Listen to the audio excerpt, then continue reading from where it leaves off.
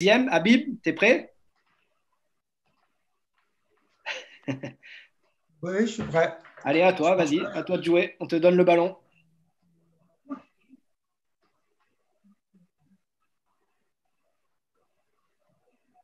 Vous me dites quand c'est bon? Ouais, là, c'est bon, pour moi en tout cas. Ok. Alors, vas-y, explique. Déjà, parle un peu du logiciel, si, parce que tu avais déjà travaillé sur d'autres logiciels Sur coach adjoint, oui, moi j'ai coach adjoint depuis le départ. et sur d'autres logiciels de création d'exercices. Tu as déjà travaillé sur des outils, d'autres outils? Non, c'est le premier. C'est le premier, donc c'est intéressant de voir est-ce que tu as réellement, qu'est-ce que tu as ressenti en prenant l'outil? Est-ce que c'est facile? Est-ce que c'est compliqué? Est-ce que tu as eu des problèmes? Je trouve que c'est super facile.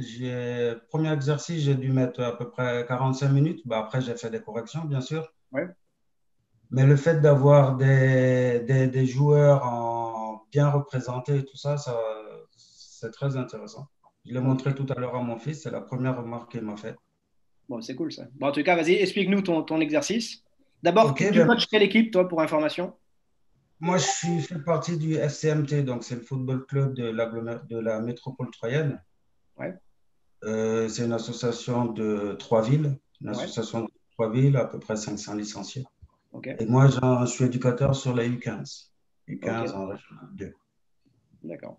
Donc, vas-y, tu peux, à toi de jouer. Donc là, j'ai préparé un exercice de finition avec un enchaînement de passes.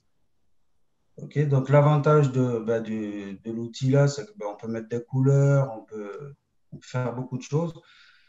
Donc, j'ai fait trois colonnes avec le A, le B, le C.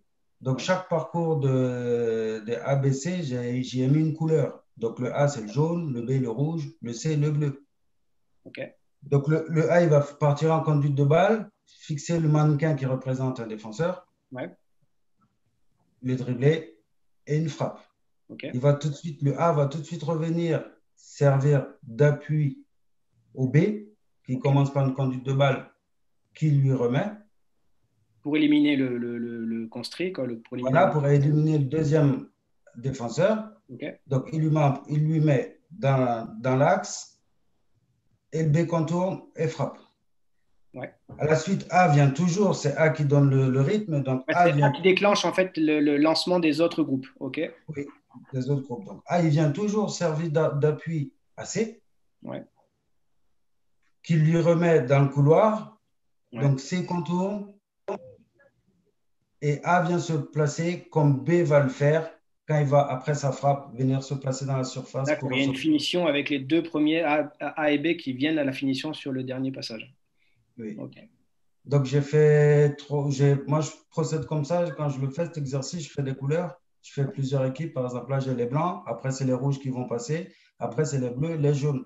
Donc, sur l'exercice, chaque action, chaque vague, on peut y mettre trois buts.